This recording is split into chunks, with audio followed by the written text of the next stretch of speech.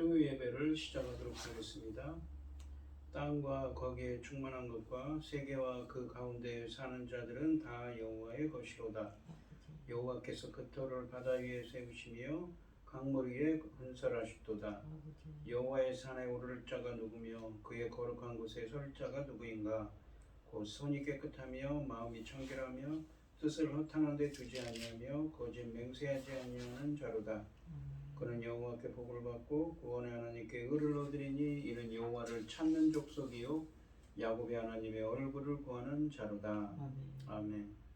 저희들을 창세전에 택정하시고 여기까지 인도해 주신 주님 감사드립니다. 오늘 이 예배 가운데 임재하여 주시고 이 예배가 신령과 진정으로 드려지는 예배가 되게 하여 주시옵소서. 이 모든 말씀 거룩하신 예수님 이름으로 기도드리옵나이다. 아멘. 사도신경 하시겠습니다. 전능하사 천지를 만드신 하나님 아버지를 내가 믿사오며 그 외아들 우리 주 예수 그리스도를 믿사오니 이는 성령으로 잉태하사 동정녀 마리아에게 나시고 본디오 빌라도에게 고난을 받으사 십자가 못 박혀 죽으시고 장사한 지 사흘 만에 죽은 자 가운데서 다시 살아나시며 하늘에 오르사 전능하신 하나님 우편에 앉아 계시다가 저리로서 산자와 죽은 자를 심판으로 오시리라. 성령을 믿사오며 거룩한 공예와 성도가 서로 교통하는 것과 죄를 사하여 주시는 것과 몸이 다시 사는 것과 영원히 사는 것을 믿사옵나이다. 아멘. 찬송가 89장입니다. 찬송가 89장입니다. 샤론의 꿈 예수 나의 마음에 거룩하고 아름답게 비소서. 내 생명이 참 사랑의 향기로 간데마다 풍겨나게 하소서. 예수 샤론의 꽃 나의 맘의 사랑으로 피소서. 샤론의 꽃 예수 예수 이 세상에서 어느 꽃과 비교할 수 있으랴. 나의 삶의 한결같은 은혜와 사랑으로 가득하게 하소서. 예수 샤론의 꽃 나의 맘의 사랑으로 피소서. 샤론의 꽃 예수 모든 질병을 한이 없는 능력으로 가득해 고통하며 근심하는 자에게 크신 힘과 소망 내려주소서. 예수 샤론의 꽃 나의 맘의 사랑으로 피소서. 샤론의 꽃 예수 길이 피소서. 주의 영광이 땅 위에 가득해 천하 만민 주님 앞에 엎드려 경배하며 영광 돌릴 때까지. 예수 샤론의 꽃 나의 맘의 사랑으로 피소서. 아멘. 오늘 함께 하실 하나님의 말씀은 이사야서 27장 2절로 13절 말씀입니다. 이사야서 27장 2절로 13절입니다. 교독을 하겠습니다. 제가 먼저 읽겠습니다. 그날에 너희는 아름다운 포도원을 두고 노래를 부를지어다. 나 여호와는 포도원지기가 되며 때때로 물을 주며 밤낮으로 간수하여 아무든지 이를 해치지 못하게 하리로다. 나는 포도원에 대하여 노함이 없나니 찔레와 가시가 나를 대적하여 싸운다 하자. 내가 그것을 밟고 모아 불사르리라. 그리하지 아니하면 내 힘을 의지하고 나와 화친하며 나와 화친할 것이니라. 후일에는 야곱의 뿌리가 박히며 이스라엘의 움이 돋고 꽃이 펼 것이라. 그들이 그 결실로 지면을 채우리로다. 주께서 그 백성을 쳤던들 그 백성을 친 자들을 치심과 같게 했으며 백성이 죽임을 당하였던들 백성을 죽인 자가 죽임을 당함과 같았겠느냐. 주께서 백성을 적당하게 견책하사 쫓아내실 때에 동풍 부는 날에 폭풍으로 그들을 옮기셨느니라. 야곱의 뿌리가 수컷을 얻으며 그 죄 없이 함을 받을 결과는 이로 말미암나니 곧 그가 제단의 모든 돌을 부서진 횃돌 같게 하며 아세라와 태양상에 다시 서지 못하게 함이 있는 것이라. 대저 견고한 성읍은 적막하고 거처가 황무하며 어린바다 황야와 같은즉 송아지가 거기에서 먹고 거기에 누우며 그 나뭇가지를 먹어 없이 하리라. 가지가 마르면 꺾이나니 여인들이 와서 그것을 불사를 것이라. 백성이 지각이 없으므로 그들을 지으시니가 불쌍히 여기지 아니하시며 그들을 조성하신 이가 은혜를 베풀지 아니하시리라. 너희 이스라엘 자손들아, 그날에 여호와께서 창이라는 하수에서부터 애굽 시내까지 과실을 떠는 것 같이 너희를 하나하나 모으시리라. 그날에 큰 나팔을 불리니 아수르 땅에서 멸망하는 자들과 애굽 땅에서 쫓겨난 자들이 돌아와서 예루살렘 정상에 여호와께 예배하리라. 아멘. 오늘 본문 말씀의 제목은 새 포도원의 노래입니다. 이 하나님께서는 친히 포도원지기가 되셔서 징계하신 백성을 회복하시고 풍성하게 결실하는 새 포도원으로 가꾸셔서 열매를 맺고 성산에서 주님께 예배드리게 하신다고 하십니다. 이 본문 말씀을 보시면 지난 시간에 했었던 이 1절까지 말씀을 보시면 이 본문은 이 이사야 선지자는 지금 약 주전 이 740년에서 700년경 사이에 예언한 선지자입니다. 그 시대에 주전 약 722년경에는 북이스라엘의 이 아수르의 멸망을 당했지요. 하지만 그 시대에 이사야 선지자는 남유다를 향해서 예언하고 있습니다. 앞으로 이 남유다에 임할 재앙에 대해서 이야기하고 있지요. 그들의 죄 때문에 하나님께서는 그들을 이 바벨론의 포로가 되도록 이스라엘의 멸망을 말씀하시면서 포로가 되겠지만 70년 후에 그들을 다시 고토로 돌아오게 한다고 말씀하십니다. 그것을 제2의 출애굽. 더 나아가서는 이 이사야 선지자는 지난 시간에도 말씀드렸지만 온 우주적인 출애굽, 온 예수 그리스도를 통한 이 새로운 출애굽에 대한 이야기를 하고 있습니다. 그러면서 뱀, 그러니까 창세기 3장에 나오는 뱀이 계시록에 나오면 마귀 사탄 적그리스도와 어린 양의 군대를 통해서 그들이 멸망을 당하지요. 그 악한 세력들의 멸망에 대한 이야기를 하고 있었습니다. 그러니까 구원과 심판에 대한 이야기를 하고 있었지요. 그것이 연결되는 것입니다. 그러니까 성경에서 여호와의 날은 어떤 날입니까? 주님의 역사하시는 날입니다. 오늘 본문에도 보시면 1절에 지난 시간에 했던 1절 말씀을 보시면 그날에 여호와께서 그의 견고하고 크고 강한 칼로 날랜 뱀 리워야단 곧 꼬불꼬불한 뱀 리워야단을 벌하시면 바다에 있는 용을 죽이시리라. 뱀, 용, 이 용이라는 건 요한계시록에 나오지요. 이 1절에서 그날이란 이 악인들과 유다를 괴롭혔던 자들을 여호와께서 심판하시는 날을 가리킵니다. 이 여호와의 심판의 대상은 본문 1절에 날랜 뱀, 리워야단, 꼬불꼬불한 뱀, 리워야단, 그리고 바다에 있는 용 세 가지로 나타나 있습니다. 이러한 세 가지는 흔히 우상을 숭배하고 하나님의 백성을 압제하고 괴롭혔던 새 왕국을 가리킵니다. 나아가서 요한계시록에 나오는 마귀 사탄 적그리스도 등 악의 세력을 총칭하는 것입니다. 요한계시록 말씀처럼 본문의 그날은 어린 양이신 예수 그리스도와 그의 군대가 뱀인 사탄과의 전쟁에서 궁극적인 승리를 거두는 심판의 날이며 예수 그리스도께서 주의 백성들을 구원하는 제2의 출애굽을 의미하는 것입니다.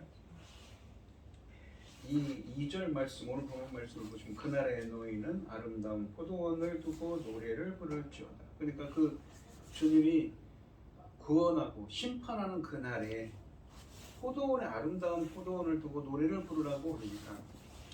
이제 2절부터 6절 말씀에서 하나님이 그날이 오면 백성들이 부를 노래를 주신다고 하십니다. 내용을 살펴보면 이사야서 5장 1절로 7절에 포도원 노래를 연상시키고 있습니다. 포도원이 무엇입니까? 바로 이스라엘 백성들을 말씀하시죠. 포도원 지기는 하나님이십니다. 그곳에서 선지자는 이스라엘을 포도원으로 하나님을 농부로 표현합니다. 불행하게도 포도원은 농부의 정성을 무시한 채 들포도만 생산했었습니다. 그러니까 열매를 맺지 못했던 거죠. 그 대가로 이스라엘은 심판을 피할 수 없게 되었다는 사실이 이사야서 5장에서 선포됐습니다.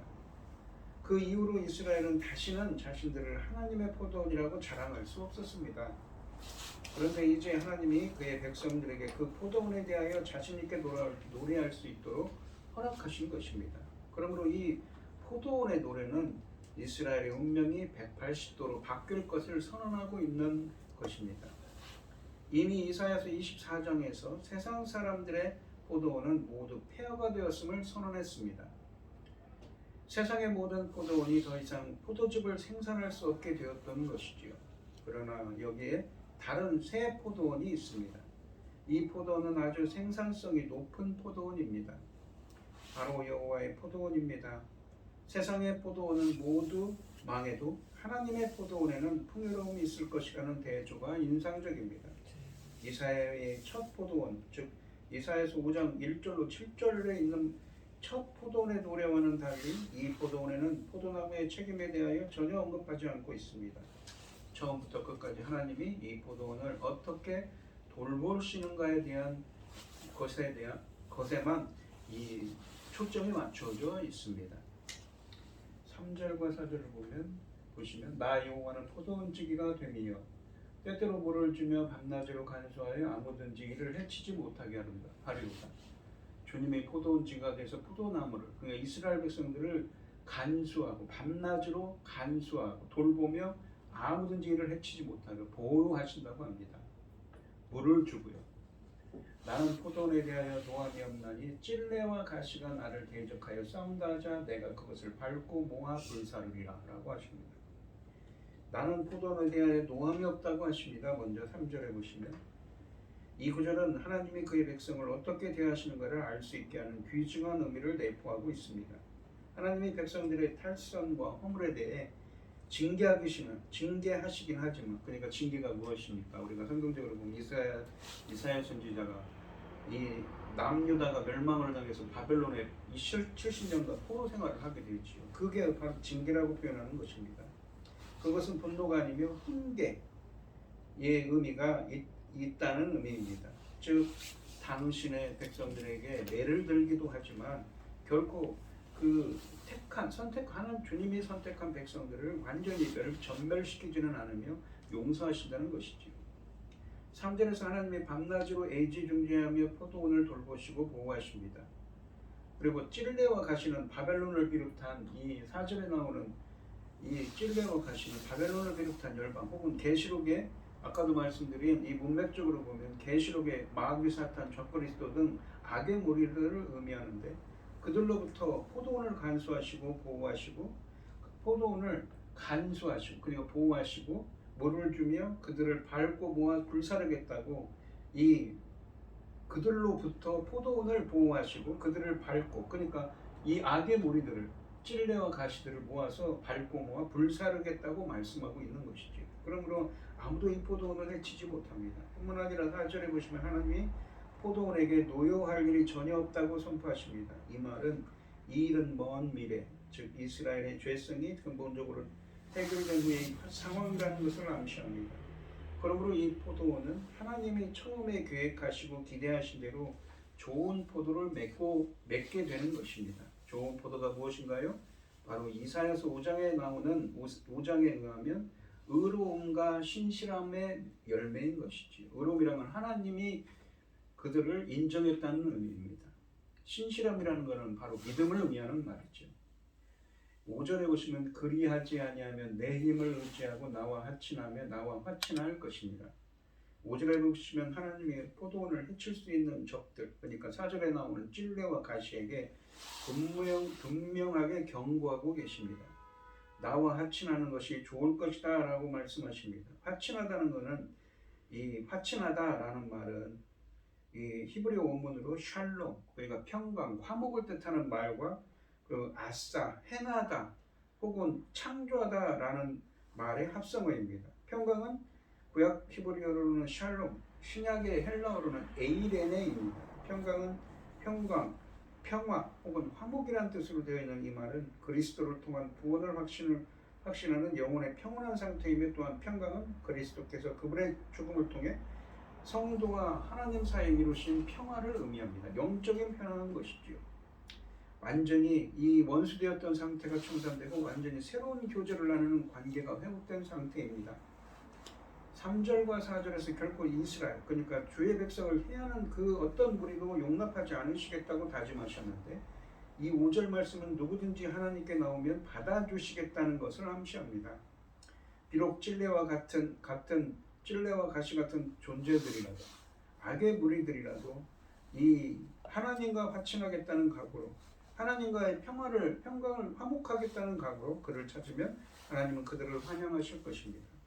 온 인류를 향한 구원의 가능성을 노래하고 있는 것이지요. 이는 비록 여호와를 대적했던 자라 할지라도 회개하고 주께 돌아오면 주님은 그를 용납하시겠다는 아량을 보여주신 것입니다. 즉 주님을 대적했다 하더라도 주님은 그에게 회개할 기회를 계속 부여하신다는 복음적인 초대를 가리키는 구절인 것이지요. 이 6절 말씀을 보시면 후일에는 야곱의 뿌리가 박히며, 야곱의 뿌리라는 건 이스라엘이죠. 이스라엘의 움이 돋고 꽃이 필 것이며 그들이 그 결실로 지면을 채우리로다. 그러니까 뿌리를 내리고 움이 돋고 꽃이 피고 결실, 열매를 맺게 됩니다. 이사야서 5장 1절로 7절에 보시면 지난날에는 하나님이 직접 포도원, 그러니까 이스라엘의 뿌리를 뽑겠다고 말씀하셨지만 이제 그의 백성이 뿌리를 내리고 싹을 내고 꽃을 피우고 열매를 맺습니다. 6절에서 그 꽃들이 열매로 변하여 온 땅 위에 가득합니다. 뿌리, 싹, 꽃, 열매, 음이 돋는다는 것은 나무의 모든 부분을 칭하는 것입니다. 하나님이 이스라엘의 모든 것을 즐거워하시고 인정하실 것을 상징합니다. 신약 성경의 관점에서 생각할 때 야곱과 이스라엘은 이방인들을 포함한 모든 사람들을 의미하는 것으로, 그러니까 영적 이스라엘이죠.로 이해되어야 합니다. 앞으로 이스라엘은 나무처럼 뿌리를 박아 음이 돋고 꽃이 피어 그 열매로 온 세상을 채울 날이 있을 것입니다. 하나님의 택한 백성들이 점차 왕성해져 지면에 골고루 퍼질 것을 말씀하고 있습니다. 1절에서 하나님의 우주적인 심판 후에 그 나라는 영적인 열매를 맺게 될 거라는 것이죠. 그러니까 구원과 심판이, 아까도 말씀드렸듯이 지난 시간에 했던 얘기가 구원과 심판의 이야기라고 했죠. 그날에 결국은 영적인 열매, 구원의 열매를 맺게 될 거라는 것입니다. 이런 결실은 하나님의 지속적인 보호와 돌보심으로 5절에 있는 것처럼 가능한 것이죠. 포도원을 회복시킨다고 하십니다. 들포도를 맺은 포도원을 헐어버리겠다고 하셨으나 5장에서요. 이제는 친히 포도원 지기가 되셔서 때맞춰 물을 주고 찔레와 가시를 모아 불사르며 정성껏 돌보겠다고 하십니다. 이를 통해 포도나무의 음이 돋고 꽃이 피어 풍성한 결실을 맺게 하실 것입니다. 여러분도 하나님과 화목한 관계를 회복하고 주님의 돌보심과 보호로 풍성한 열매를 맺으시기를 축원드리겠습니다. 7절부터 9절 말씀을 보시면 주께서 그 백성을 치셨던들 그 백성을 친 자들을 치심과 같았겠으며, 이게 그 백성, 여기서 이제 그 백성은 이야기가 전환이 됩니다. 아까는 찔레와 가시는 그 악한 무리들이었는데 그들이 회개하고 돌아오면 받아주겠다고 하죠. 근데 주께서 그 백성을, 그러니까 이스라엘에 대한 이야기를 하고 있습니다. 그 백성을 친 자들을 치심과 같았겠으며 백성이 죽임을 당하였던들 백성을 죽인 자가 죽임을 당함과 같았겠느냐. 주께서 백성을 적당하게 견책하사 쫓아내실 때에 동풍 부는 날에 폭풍으로 그들을 옮기셨느니라. 야곱의 부리가 속함을 얻으며 그의 죄 없이 함을 받을 결과는 이로 말미암나니 곧 그가 제단의 모든 돌을 부서진 횃돌 같게 하며 아세라와 태양상이 다시 서지 못하게 함이 있는 것이라 라고 되어 있습니다.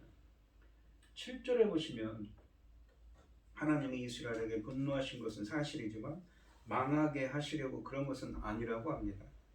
또한 하나님이 그들에게 폭독하게 하셨다 하더라도 하나님이 이스라엘을 징벌하실 때 사용했던 도구의 이 말 심판에 비하면 아무것도 아니라고 말씀하고 계십니다.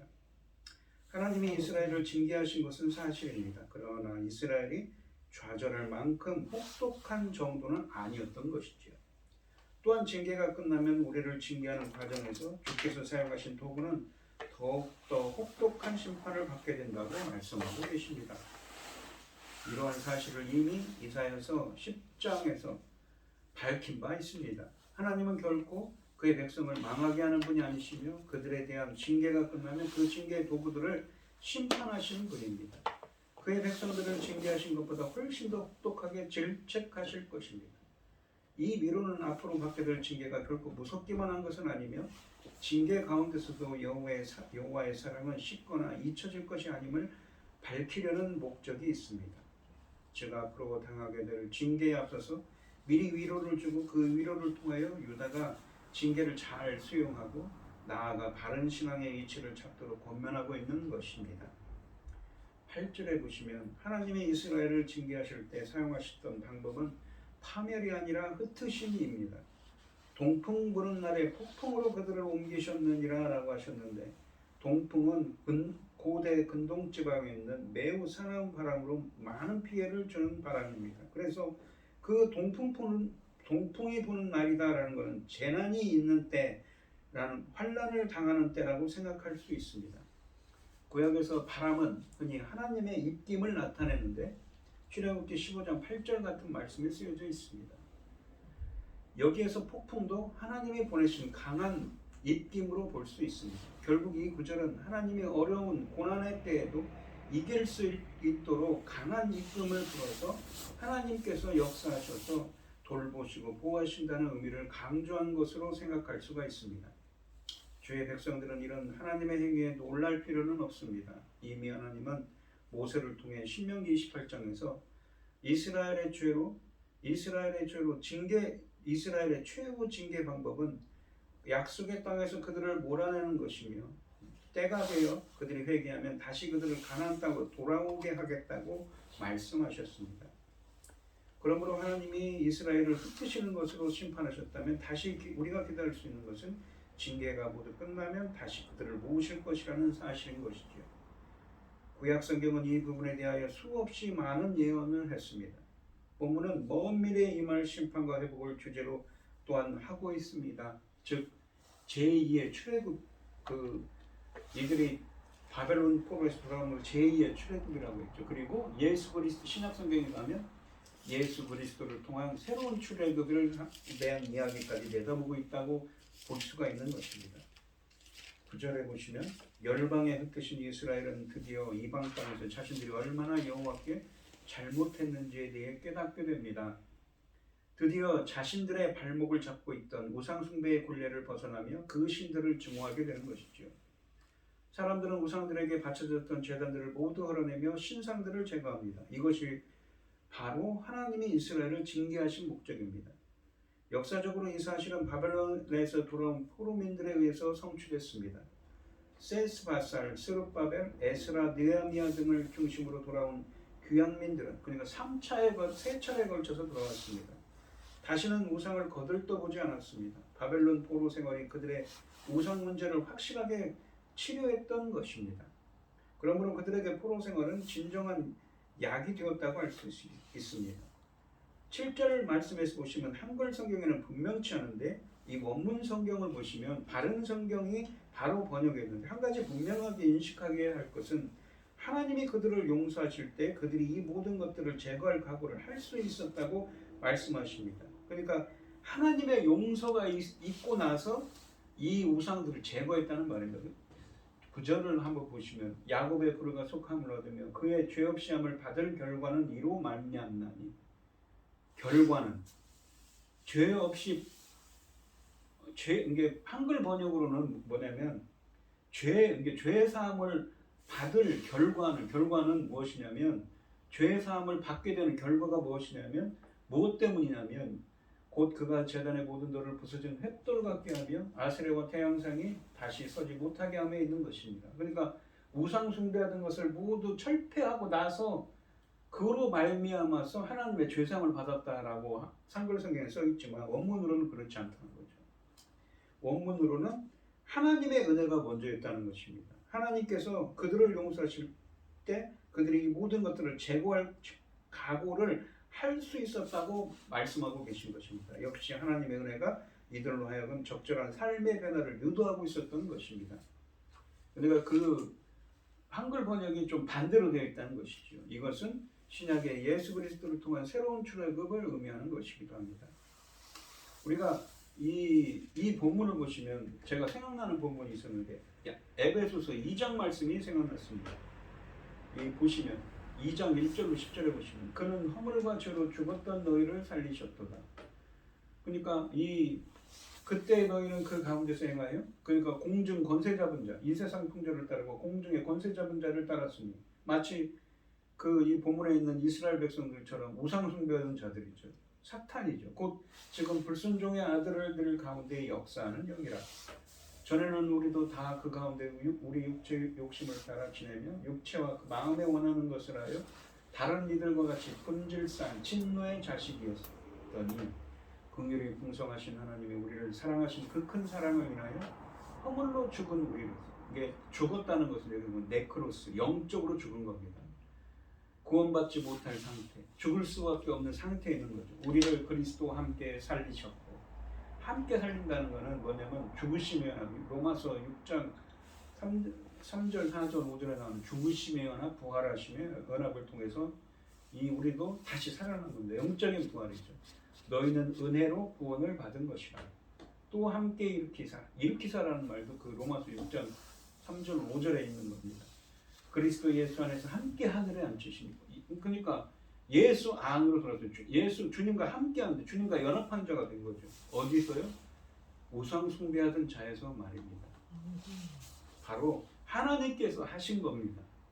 연합 거절한 것이죠. 7절, 8절, 9절, 10절을 계속 보면 이는 그리스도 예수 안에서 우리에게 자비하심으로써 그 은혜의 지극히 풍성함을 오는 여러 세대에 나타내려 합니다. 그러니까 긍휼이 풍성하신 하나님이 우리를 사랑하신 그 큰 사랑 때문에 허물로 죽은 우리를 그리스도와 함께 앉히시고 영적으로 부활시키시고 예수 그리스도 안에서 함께 하늘에 앉혔어요. 주님과 함께 한 거예요. 함께 할 수 있도록 한 겁니다. 예수 그리스도 안에서 연합, 신비적인 연합을 통해서 연합을 할 수 있도록 한 거죠. 8절, 9절, 10절을 계속 읽으면 너희는 그 은혜에 의하여 믿음으로 말미암아 구원을 받았으니 이것은 너희에게서 난 것이 아니요 하나님의 선물이라. 행위에서 난 것이 아니니 이는 누구든지 자랑하지 못하게 함이니라. 우리는 그가 만드신 바라 그리스도 예수 안에서 선한 일을 위하여 지으심을 받은 자니 이 일은 하나님이 전에 예비하사 우리로 그 가운데서 행하게 하려 하심이니라 라고 하십니다.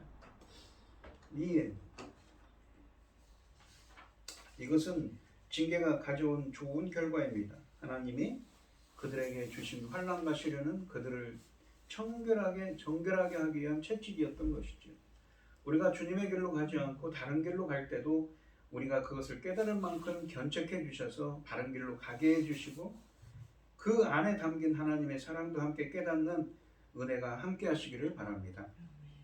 10절과 11절 말씀을 보시면 대저 견고한 성읍은 적막하고 거처가 황무하며 버림받아 광야와 같은즉 이 견고한 성읍은 무엇입니까? 그 악의 무리들, 바벨론 같은 아수르 같은 자들을 의미하는 거죠. 악의 무리죠. 송아지가 거기에서 먹고 거기에 누우며 송아지가 먹고 누웁니다. 완전 폐허가 된 거죠. 그 나뭇가지를 먹어 없이 하니라. 나뭇가지도 먹어서 없어버립니다. 완전 폐허입니다. 11절을 계속 보시면 가지가 마르면 꺾이나니 여인들이 와서 그것을 불사를 것이라. 백성이 지각이 없음을. 이 지각이라는 것은 우리가 잠언에 보시면 지혜와 명철할 때 그 명철을 뜻하는 히브리어입니다. 비인이라고 해서 그들을 지으신 이가 불쌍히 여기지 아니하시며 그들을 조성하십니까? 은혜를 베풀지 아니하시리라. 그들을 지으신 이는 누굽니까? 창조하다는 말입니다. 이 빠라라는 히브리어입니다. 그리고 조성하다라는 말은 야자를 우리가 이 흙으로 빚었 우리 창세기 2장 7절에 하나님께서 흙으로 우리의 몸을 지으시고 할 때 그 표현입니다. 창조자 하나님이 은혜를 베풀지 아니하리라. 누구한테요? 이 열방들을 향해서. 이스라엘은 열방에서 돌아와 새로운 국가를 형성하며 더 이상 우상을 섬기지 않고 오직 여호와만을 섬기며 살게 될 것입니다. 그러나 하나님의 백성을 괴롭혔던 하나님의 도구로 쓰였지요. 근데 성읍들의 형편은 아까 말씀드렸던 그렇지 않습니까? 그들의 형편은 이스라엘보다 더 심하게 될 거라고, 멸망할 거라고. 그 성읍들의 형편은 다르다는 것이죠. 더 심각하게 폐허가 될 거라는 것입니다. 이미 24장에서 성읍들의 폐허를 여러 차례 언급했습니다. 저는 다시 한번 이사야 선지자는 다시 한번 이 성읍들의 파괴를 선언하고 있습니다. 10절에 보시면 사람들로 북적거리던, 그러니까 이 성읍은 사막과 같이 적막해집니다.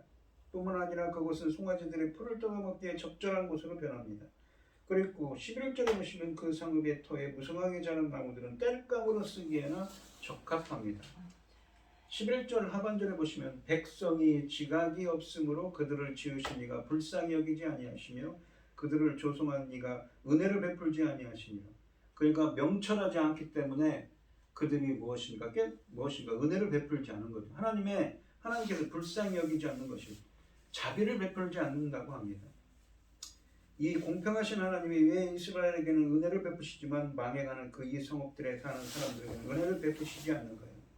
바로 그들이 지각이 없기 때문이라고 본문에 말씀하십니다. 이 지각이란 말은 히브리어로 빈, 혹은 비나라고 합니다. 이 말은 우리가 잠언에 보시면 명철이라는 의미를 담고 있는 표현입니다.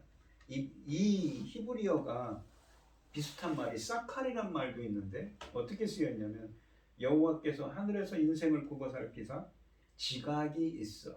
그러니까 명철하여 하늘 여호와를 찾는 자가 있는가 보려 하신지. 명철한 건 무엇입니까? 여호와를 찾는 자가 찾는 것입니다. 근데 그 이방 성읍들은 왜 멸망하냐면 하나님을 찾는 자가 없는 거예요. 명철한 자가 없는 겁니다. 그리고 여호와께서 예레미야서 9장 23절 24절에 보시면 여호와께서 이와 같이 말씀하시되 지혜로운 자는 그의 지혜를 자랑하지 말라.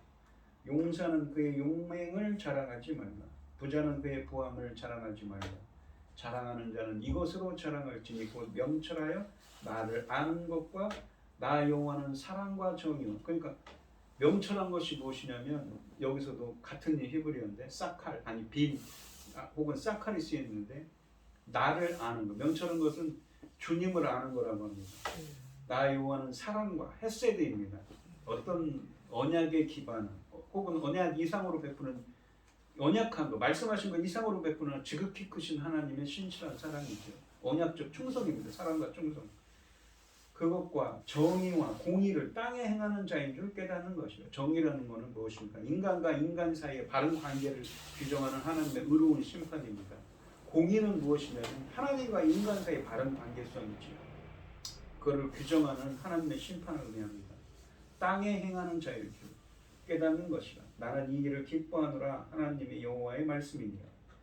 그러니까 명철한 것이 무엇입니까? 여호와를 찾아야 되고 찾는 자가 되어야 되고 주님은 사랑과 정의와 공의를 땅에 행하는 자인 줄 아는 것, 깨닫는 자가 명철한 자. 주님을 아는 것이 명철한 것입니다. 그런데 그러지 못했기 때문에 열방은 멸망을 이스라엘을 침략했던 그 자들은 멸망을 당할 거라고 말씀하고 있는 것입니다. 하나님의 백성을 압제하던 나라는 최종적으로 하나님에 의해 최종 멸망이 선언되고 있습니다. 그들의 성읍은 황무하게 되고 마른 가지처럼 말라 땔감용으로 사용될 것입니다. 그들의 지각이 없어 하나님을 섬기지 않았기 때문이지요. 하나님은 그런 나라에 자비를 베풀지 않으십니다. 여러분은 지각에 있는 자, 주님이 기뻐하는 자, 즉 주님을 찾는 자, 하나님을 아는 자, 여호와는 사랑과 정의와 공의를 땅에 행하는 분인 줄 깨닫는 자가 되시기를 바랍니다.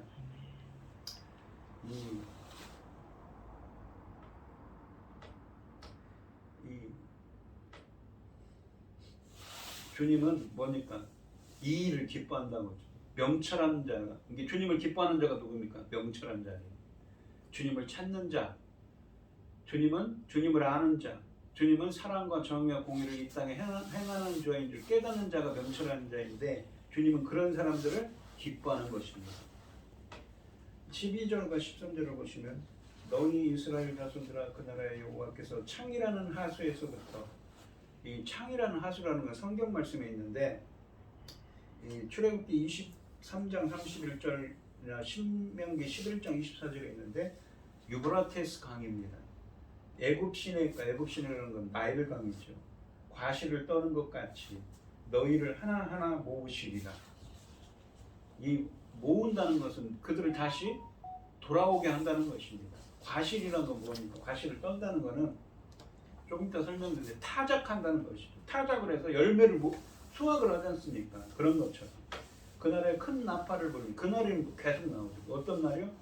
전우주적인 심판의 날입니다. 심판과 구원의 날인 거예요. 주님이 임하시는 날, 주님의 손길이 임하시는 날. 그날에 구원과 심판이 임하는데 구원은 어떻습니까? 이스라엘 백성들을 다시 돌아오게 하는 거예요. 더 나아가서는 예수 그리스도를 통한 새로운 출애굽이라고 그랬죠. 큰 나팔을 봅니다. 이 나팔이란 건 뭐냐면 구약 성경 같으면 큰 일이 벌어졌어요. 뭐냐면 전쟁을 할 때 나팔을 보여요. 신약 성경에는 나팔이 계시록에 보시면 천사가 나타납니다. 전쟁이 주님의 임재가 시작하는 거예요. 그때 나팔을 보죠. 아수르 땅에서 멸망하는 자들과 애굽 땅에서 쫓겨난 자들이 돌아와서 예루살렘 성산이라는 거룩한 산입니다. 바로 구약에서 말하는 그 시온산이죠. 시온. 근데 그 산이 성산이 어디입니까? 신약으로 말하는 주님이 계신 그 천국이죠. 여호와께 예배하게 될 거라고 합니다. 창이라는 하수부터 애굽 시내까지, 이 창이라는 하수라는 건 유브라테스 강을 의미하고 애굽 시내라는 건 나일 강을 가리킵니다. 포로로 잡혀간 유다 백성들 가운데 일부는 유브라테스 강 유역의 아수르와 바벨론에, 또 일부는 애굽 지역에까지 널리 퍼져 있었는데 여호와께서는 그들 모두를 일일이 불러 모으실 것입니다. 한편 여호와의 징계를 선포하면서도 이러한 회복의 약속을 또한 주신 것이죠. 바로 그날에 있을 얘기입니다. 뭐니까 구원과 심판이 있는 날입니다. 여기 보시면 과실을 떠는 것 같이라는 말은 하바트라고 해서 이 타작하다는 의미를 담은 히브리어를 사용했습니다. 과실을 떤다는 것은 감람나무를 때려서 그 열매를 타작하거나 타작마당에서 막대기로 이 곡식을 타작하는 것을 의미합니다. 즉 감람나무의 열매를 일일이 모으거나 곡식의 나달을 일일이 모으듯이 여호와께서는 그의 백성을 하나도 남김없이 모으실 것이라는 뜻입니다. 이 구원의 이야기인 것이죠. 여기서 주님의 구원이 추수의 형태로 표현된 것은 신약 성경에서도 보시면 마태복음 13장에서 보시면 그리스도께서 마지막 때의 상황을 역시 추수의 형태로 묘사한 것과 일치하는 것입니다. 이 또한 세례 요한이 이렇게 얘기했죠. 성령 세례, 나는 물로 세계의 세례를 베푼 걸요 내 뒤에 오신 분은 신발끈도 나는 풀지 못하겠노라. 그러면서 뭐라고 합니까? 나는 물로 세례를 베풀거니와 내 뒤에 오신 분은 불로 세례를 베풀리라. 불과 성령으로 세례를 베풀리라. 알곡은 곡간에 모으고 쭉정이는 불에 태운다고 하시죠. 바로 그걸 의미하는 것이죠. 때가 되면 하나님이 흩어진 백성들을 온 열방에서 알곡을 모으듯이 모으실 것입니다. 마치 쭉정이에서 알곡을 구분하신 것처럼 말입니다. 본문에서 이스라엘을 괴롭히던 강대국 이집트와 아수르가 언급되고 있습니다. 12절에요. 모든 속박과 구속에서 자유하게 될 것이라는 예언입니다. 여기 보시면 13절에 보시면 큰 나팔을 분다는 표현입니다. 이것은 구약에서는 전쟁 등 중요한 일의 시작을 의미하고 신약에서는 메시아의 재림을 가리키는 표현입니다. 예수께서 재림하실 때, 주님이 오실 때 알곡과 쭉정이가 구별되어 알곡, 즉 구원받은 성도들은 하늘에서 천군 천사와 함께 거룩한 하나님을 찬양하게 예배하게 됩니다. 여기 보시면 여호와께 예배하리라라고 이 표현을 썼는데 이 예배한다는 히브리어가 샤하, 경배하다, 예배하다는 히브리어입니다. 그날이 오면 그날이죠. 구원하고 구원과 심판이 있는다. 하나님의 백성은 구원을 경험할 것이며 하나님과 함께 거하게 될 것입니다. 본문의 전체적인 분위기가 범우주적인 것을 감안할 때 이 말씀은 바벨론 포로기아, 그러니까 제2의 출애굽뿐만 아니라 예수 그리스도를 통한 새로운 출애굽도 의미하는 것입니다. 비록 본문이 이스라엘을 언급하고 그들을 괴롭혔던 나라들을 지명하지만 여호와의 구원을 받을 대상이 이스라엘에 국한되어 있지 않고 온 세상 사람들을 포함하고 있는 것이지요. 바로 예수 그리스도를 통한 새로운 출애굽에 대한 이야기가 이를 함축하고 있는 것입니다. 이 본문을 보시면 오늘 함께 하신 이 본문은 지난주에 했던 말씀과 이어지는 말씀입니다. 이사야 선지자는 지금 남유다에 대해서 예언을 하죠. 그들이 한참 후에 이사야 선지자가 살던 시대보다 100년 더 후에 멸망을 해서 바벨론의 포로로 끌려갈 건데 다시 돌아올 거라고 이 말씀을 하죠. 제2의 출애굽이라고 했습니다. 구원과 심판의 날이 있을 거라고, 그 날이 임할 거라는 것입니다. 그 날은 또 어떻습니까? 이 27장 1절에 나온 뱀, 용, 리워야단이 나오는 것처럼 온 우주적인 심판과 구원의 날인 것이죠. 그런데 이 본문을 보시면 이 하나님께서는 어떻습니까? 열방과 화목하게 되기를, 화친을 하게 되기를 원합니다. 화목하게 되기를 원합니다. 관계가 회복되기를 원하지요. 이 또한 하나님은 어떤 사람이 되기를 원합니까? 우리가 지각이 있는 자, 명철한 자가 되기를 원합니다. 명철한 자가 어떤 사람입니까? 주님을 찾는 자죠.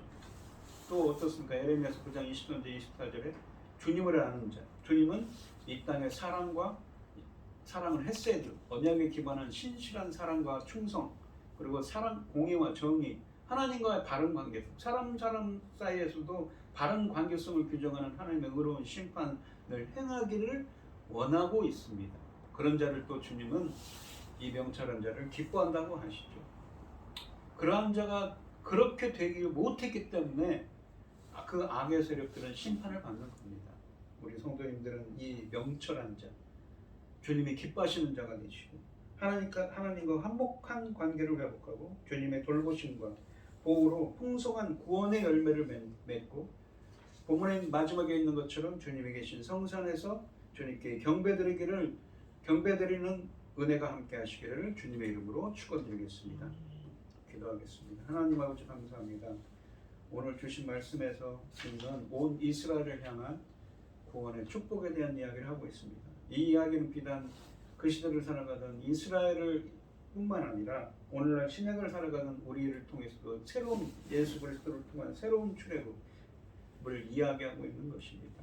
주님, 저희들이 항상 명철하여서 주님을 찾는 자가 되게 하여 주시옵시고, 주님이 기뻐하는 자, 바로 주님은 사랑과 정의와 공의를 행하는 자, 주님을 아는 자가 되게 하여 주셔서 저희들도 영원한 그 하나님의 성산에서 주님을 영원히 경배하며 주님과 함께할 수 있도록 은혜를 베풀어 주시옵소서. 인도하여 주시옵소서. 이 모든 말씀 거룩하신 예수님 이름으로 기도드리옵나이다. 아멘. 찬송가 90장입니다. 주 예수 내가 알기 전 날 먼저 사랑했네. 그 크신 사랑 나타나 내 영혼 거듭났네. 주 내 맘에 늘 계시고 나 주의 안에 있어. 저 포도 비유 같으니 참 좋은 나의 친구. 내 친구 되신 예수님 날 구원하시려고 그 귀한 몸을 버려서 내 죄를 대속했네. 나 주님을 늘 믿으며 그 손을 의지하고 내 몸과 마음을 바쳐서 끝까지 충성하리. 내 진실하신 친구여 큰 은혜 내려주사 나랑 항상 보호하시고 내 방패 되옵소서.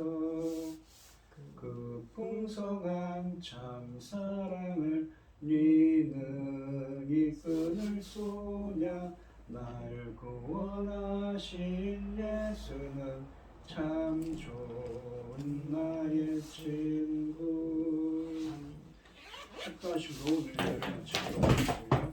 이제는 주 예수 그리스도의 은혜와 아버지 하나님의 극진하신 사랑과 성령의 교통하심이 성도들 머리머리 위에 이제부터 영원히 함께 있을지어다. 아멘. 아멘.